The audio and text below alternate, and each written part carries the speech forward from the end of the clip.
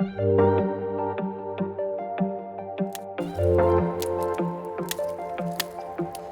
vigne a réagi comme elle réagit avec beaucoup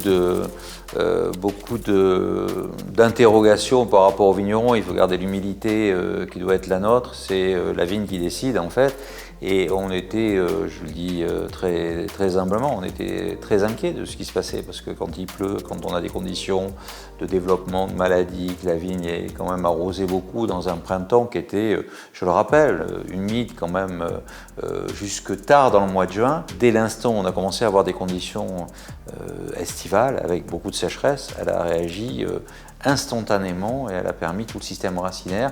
Et notamment dans la période de l'été, qui était une période très sèche, on s'est dit, tiens, on a écouté, on dirait qu'il va y avoir beaucoup d'alcool, la vigne va stresser, en fait pas du tout, elle avait fait ses réserves, les sols sont parfaitement faits, ce sont des argiles, des calcaires qui interviennent comme des éponges, qui vont redonner l'eau pendant la période de sécheresse et la vigne a parfaitement résisté. D'ailleurs on le voit dans les photos qu'on a pu prendre, on a pris des photos de la vigne au mois de septembre, au début du mois de septembre.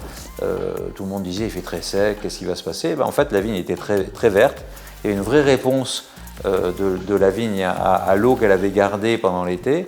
Et on a des équilibres aussi formidables puisqu'on s'aperçoit que les vins ont bien sûr des sucres, et on l'a vu dans la transformation en alcool, mais on n'est pas du tout saturé, on est dans des équilibres, et des équilibres aromatiques et des équilibres de sucre-alcool, donc, qui sont très intéressants.